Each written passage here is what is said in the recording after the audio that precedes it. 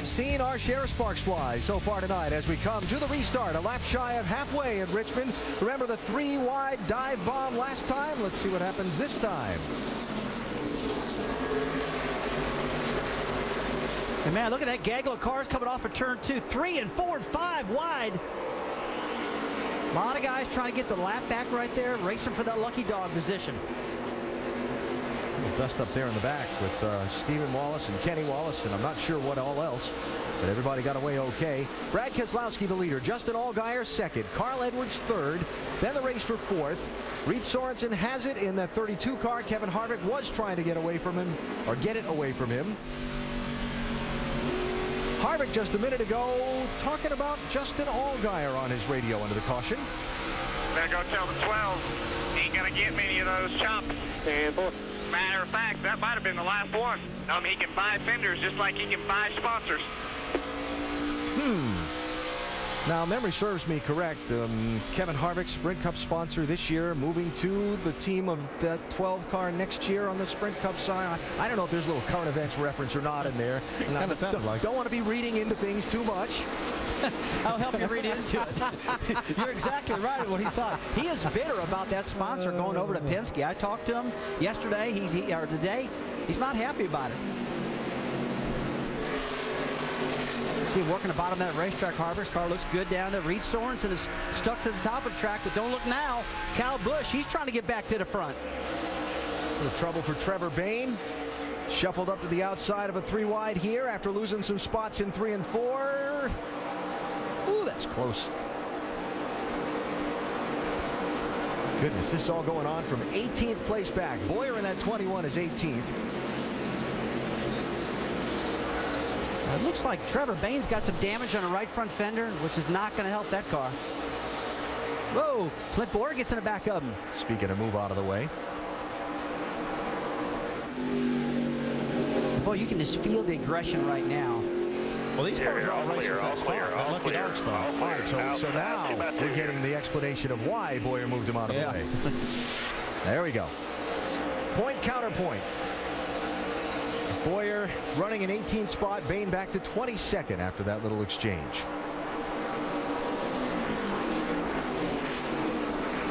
Now, somebody that I want to point out that has had a pretty solid race so far, that when I talked to in the garage earlier today didn't have a lot of high hopes, Jamie McMurray in that 88.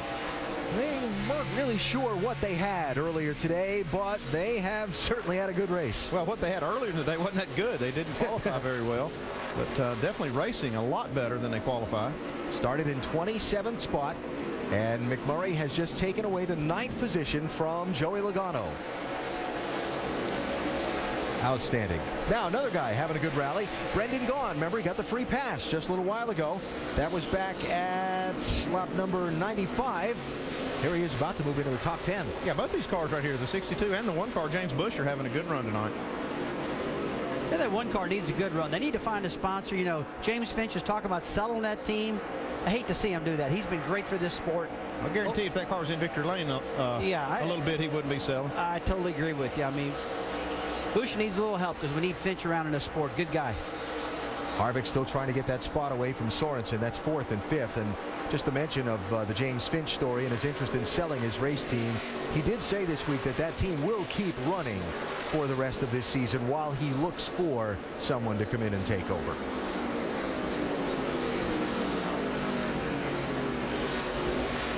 You can see now just Kyle Busch running behind Kevin Harvick and Reed Sorensen, how hard it is to overcome just a little hiccup on pit road. We saw he dropped lug nuts on the left rear, and it's just tough to make these spots up at Richmond. Even though, like I say, you can see them running side by side, and it's got great side-by-side racing here. It's just so hard to make that pass and complete it. I totally agree. I mean, look how rough it is for Harvick and the 32 of Reed Sorensen. I mean, Reed up there in the top of the racetrack. Kevin can't get going where he wants to. He spins the tires right there, getting up off the corner because he cannot let that car run up high. And Kyle Busch is going, you guys make your mind up. You're going to go high, you're going to go low, you're going to run side by side all day here. Well, Reed's made his mind up from the start. He's been up in that lane. He's given them all the room in the world to race. They just can't get by him. And Kyle trying to find who can clear the other one so they can move on, because at this point, maybe he feels like they're holding him up. So Harvick gets through. Now we'll see if Kyle can get around Sorensen. So Harvick up to 4th, and Kyle to try and pass Sorensen for 5th.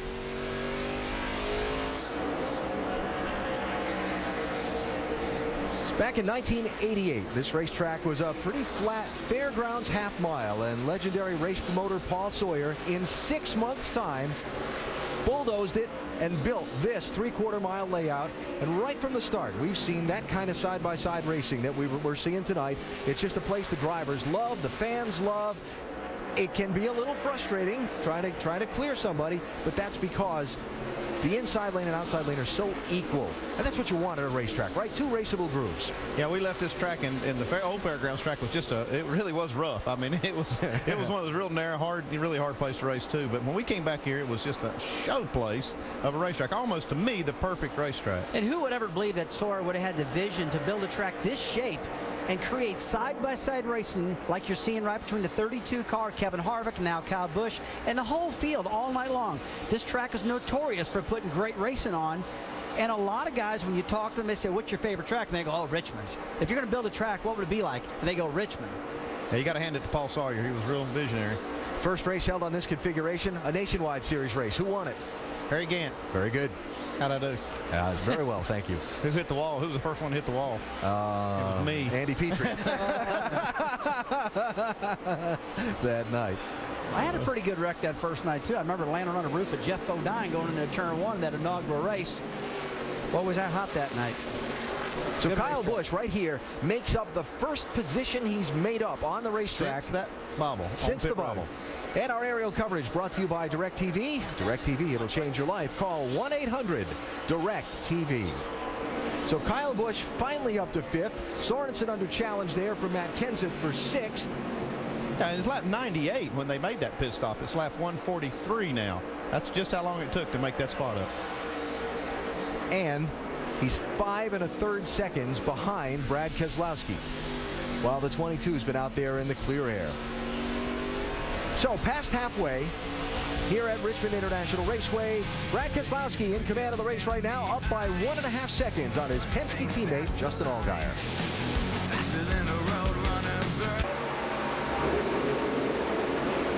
Welcome back to Richmond International Raceway. Let's get you caught up on what's happened so far with the 5-hour energy rapid recap. Pole sitter Kyle Busch got out to the early lead, led the first 58 laps.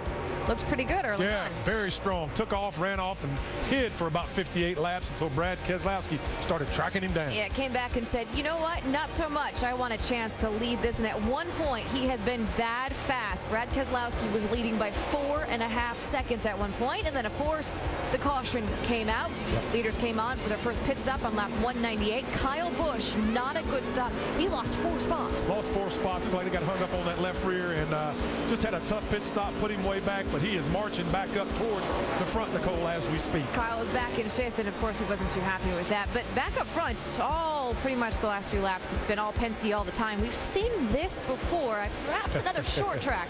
Justin Allgaier's done an unbelievable job tonight. Brad Keselowski's toting the mail.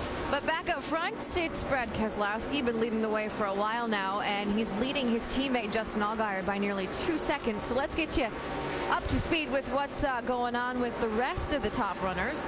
Mike Massaro kicking things off. Well, Nicole, at the beginning of this run, your leader, Justin Allgaier Brad Keselowski said the car was just about perfect, except he may have a problem with his brakes. He's been asking his spotter to take a look at the rotors to see if they're glowing or not. It seems like whenever he hits them hard, they start to chatter a little bit, so we'll pay attention to that. That could be a developing problem for Keselowski as this race wears on. Dave? So, Mike, what about this 2010 turnaround for Penske? Crew Chief Chad Walter told me that in Allgaier's case, they saw it coming even before the short track Bristol win. The feedback that he was getting from Justin was so much better than last year. He knew that their time and expense had been worth it. Right now, Justin struggling with grip off the corners.